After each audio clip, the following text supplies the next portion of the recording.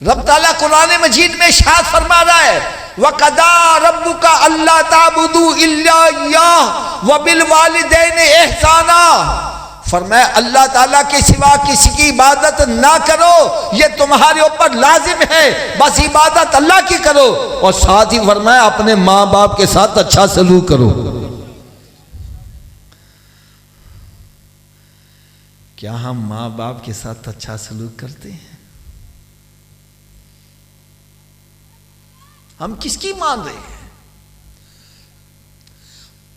کلمہ نبی کا پڑھتا ہے اور بات شیطان کی مان رہا ہے، بات نفس کی مان رہا ہے۔ آج حالت کیا بنی ہے؟ ایک باپ ہے، 10 اس کے بچے ہیں، اکیلا باپ 10 کی پرورش کر رہا ہے، اور 10 مل کے ایک باپ کی پرورش نہیں کر سکتے۔ اگر باپ نے کسی کے گھر ڈیرا لگا دیا تو چیخاں نکل گئیاں، ابا میرے گھر ہے وے سارے مہمان میرے والی آندے نے، میں ابے نو پالاں کے بچیاں نو پالاں۔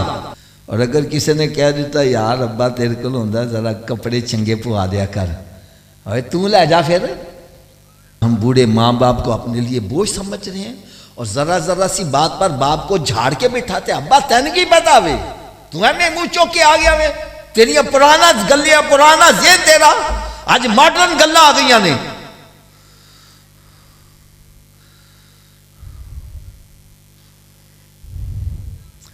اور قرآن کیا کہہ رہا ہے؟ اف ولا تنہرہما، اپنے ماں باپ کے سامنے تو اف بھی نہیں کر سکتا، اور ادھر ماں باپ کو گالیاں نکالی جا رہی ہیں۔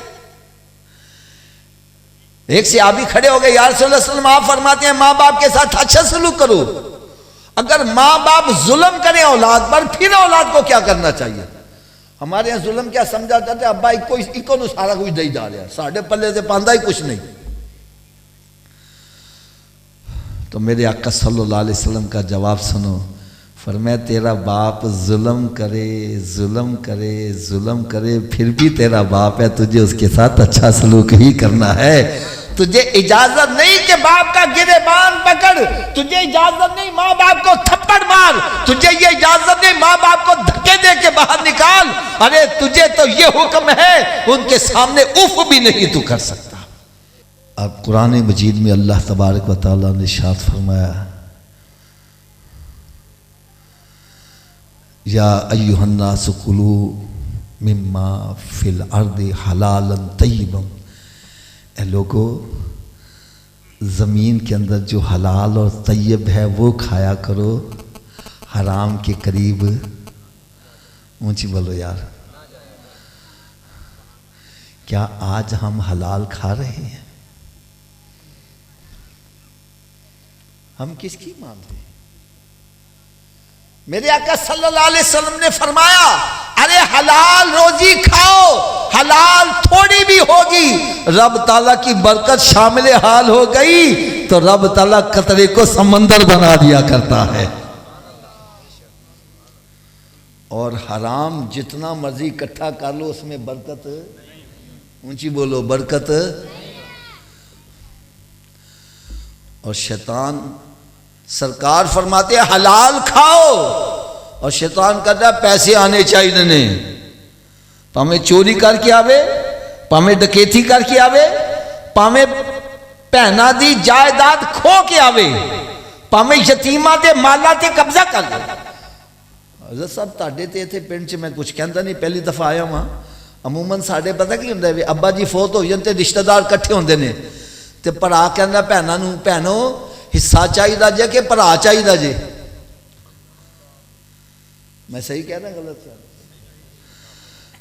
تے جے بہن نے کہہ دیتا پڑھا میں تے حصہ چاہیے وے تے رشتہ داری ختم، یا تیری وہ بہن نہیں لگتی ہو چھڈو آفا جی وہ بہن کا دی جنہیں حصہ لے لیا وے، میں نے کہا انہیں ایک حصہ لیتا تو ان رشتہ داری جو کڈن دیا ہے تین تے 2 ملے نے، تین تے بارڈر ہی کراس کروا دینا چاہیے۔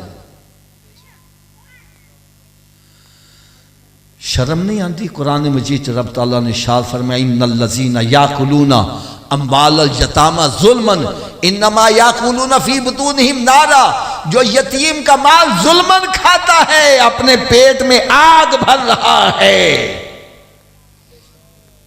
بظاہر چرگا کھا رہا ہے، مرغا کھا رہا ہے، روشت بروش کھا رہا ہے، حقیقت میں آگ کھا رہا ہے۔ یہی آگ دنیا میں جلاتی ہے راتوں کو نیند، یہی آگ قبر میں جلائے گی، یہی میدان محشر میں جلائے گی، یہی جہنم کے اندر جلائے گی۔